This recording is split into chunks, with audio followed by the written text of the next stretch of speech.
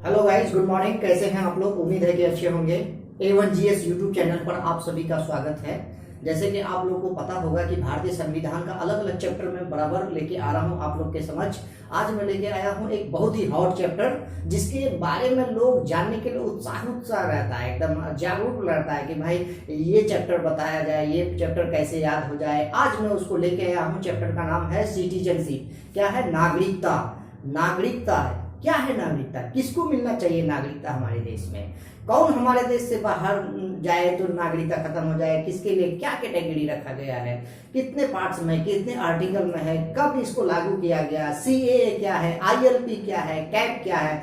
NRC क्या है? दोनों में डिफरेंट क्या है? आज मेरे साथ बने रहिए इस वीडियो में, और मैं चुटकी में याद करवाता हूँ आपको। आप मेरे साथ देखिए मैं किस तरह से बोल रहा हूँ, और ध्यान से रिकॉल कीजिएगा आप, और उसको नोट डाउन कीजिएगा। देखिएगा क्या है चैप्टर भाई? सिटीजनशिप यानी नागरिकता।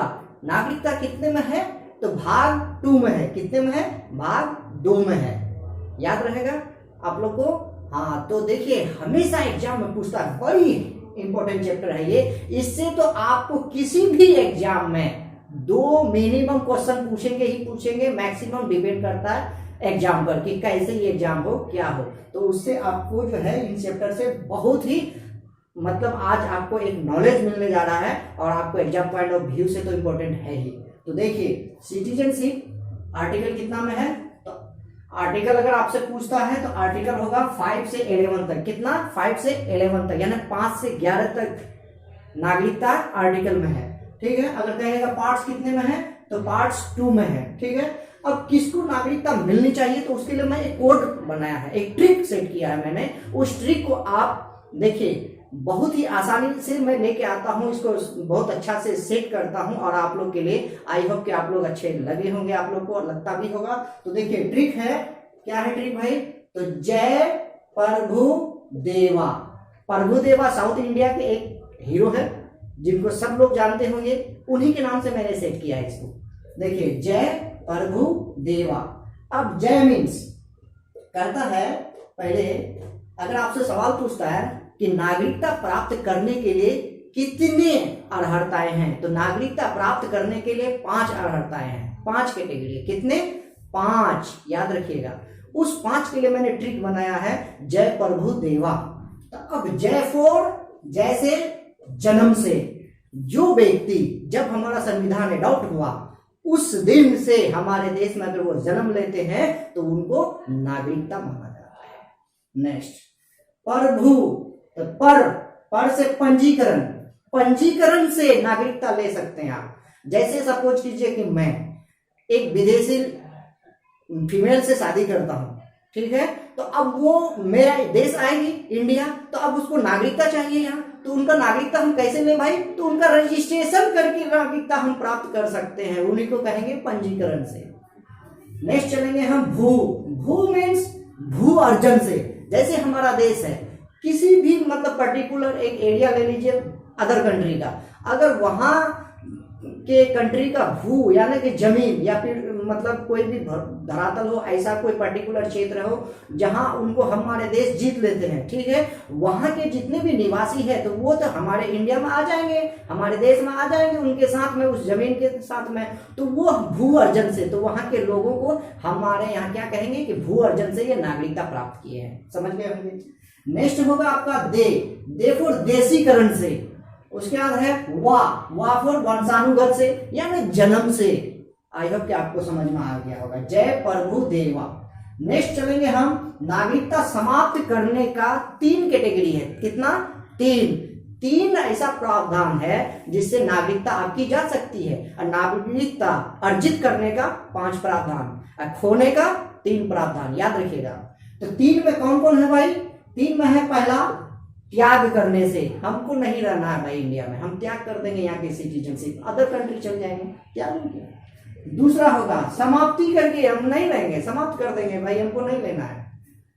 तीसरा है गलत तरह से, गलत तरह से व्यवहार करके दूसरे जगह से आके छुप के रहना, इस तरह से यहाँ से जाके छुप के रहना, तो आपका नागरिकता जा सकती है। तो ये कहता है कितने में? आर्टिकल 9 में के अनुसार, आपके इच्छा अनुसार, हमको नहीं रहना है, नहीं करता है मन, तो आपकी नागरिकता जा सकती है। इससे कितने कैटेगरी हैं? तो 3। नेक्स्ट चलेंगे हम, भारत में क्वेश्चन पूछता है बार बार एग्जाम में कि भारत में कौन सी नागरिकता है भाई, तो एकल नागरिकता है।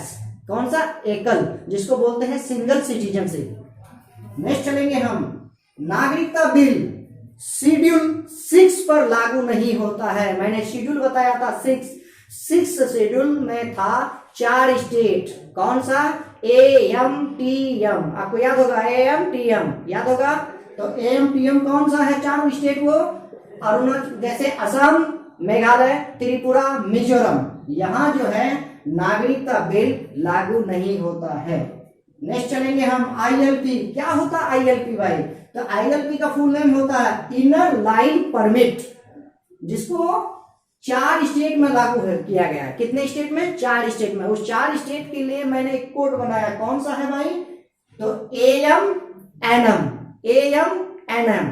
A for Arunachal Pradesh, N for Mizoram, N for Nagaland, M for Manipur. यहां पर जो है क्या करें, बिल ILP लागू नहीं होता है। क्यों? आपको उस स्टेट में अगर कोई भी विदेशी इन करते हैं तो पहले गवर्नमेंट से परमिशन लेना पड़ता है। आई होप कि आप समझ गए होंगे। नेक्स्ट होगा, नागरिकता रजिस्टर जारी करने वाला भारत का पहला राज्य कौन सा है? तो असम है। एक बार सवाल भी पूछा गया है पिछली बार कि भारत का कौन सा स्टेट है जो नागरिकता प्राप्त करने के लिए पहला राज्य कौन सा था भाई लागू करने वाला? तो वो है असम। नेक्स्ट होगा आपका, नागरिकता अधिनियम कब लागू किया गया था, कब बना था? तो 1955 में। ठीक है, याद रखिएगा। नागरिकता ग्रहण करने का जब 1955 में बना था हमारा अधिनियम, सीनियर मतलब नागरिकता सिटीजनशिप बना था एक्ट, तो उस टाइम जो है 11 साल था। कितना? 11 साल तक अगर कोई व्यक्ति यहाँ रहता है तो वो नागरिकता प्राप्त कर सकते हैं। इसको अमेंडमेंट करके 2015 में कितने साल किया? तो 6 वर्ष किया। कितने? 6 साल। उसके बाद 2019 में फिर से संशोधन करके 5 साल कर दिया गया है। वैसा व्यक्ति जो 5 साल से हमारे देश में रहेंगे उनको भारत की नागरिकता माने जाएंगे, समझे जाएंगे। आई होप कि आप समझ गए होंगे। अब कहता है CAA बिल नंबर कितना है अभी? तो 126। कितना? 126। ये कब लागू किया गया था? तो 12 दिसंबर 2019 को। किसके द्वारा? तो भारत के राष्ट्रपति के द्वारा। आई होप कि आप समझ गए होंगे। अब आपको ले चलते हैं हम कि सिटीजनशिप और NRC में क्या डिफरेंट है। मैनी डिफरेंट मेजर पॉइंट आपको बता रहा हूं मैं। तो देखिए, आपको 2 पॉइंट बताऊंगा मैं, सिटीजनशिप और NRC में डिफरेंट। सिटीजनशिप कहता है कि धर्म के आधार पर होना चाहिए, किसमें? सिटीजनशिप में। लेकिन NRC में कहता है धर्म के अनुसार नहीं होना चाहिए। दूसरा पॉइंट कहता है कि पाकिस्तान, बांग्लादेश, अफगानिस्तान वहां के गैर मुस्लिम अप्रवासी को हमारे देश में नागरिकता दी जाएगी। ये आपका प्रावधान है बिल नंबर 126 में। कब लागू हुआ? 12 दिसंबर 2019 में। इसी में कहता है NRC में कहता है कि NRC जो है असम में का उद्देश्य क्या था कि अप्रवासियों को चिन्हित करना। वो अप्रवासी कौन? जो बांग्लादेशी शरणार्थी थे हमारे यहाँ, उसको चिन्हित करके आउट कराना था। ये था मेजर 2 पॉइंट। आई होप कि आपको याद हो गया होगा। 5 से और 11 के बीच जो आर्टिकल है, इसमें से 3 आर्टिकल इंपॉर्टेंट है, बार बार एग्जाम में पूछे जाते हैं। वो है 5 है कि किस तरह से आप नागरिकता प्राप्त कर सकते हैं, आर्टिकल 5।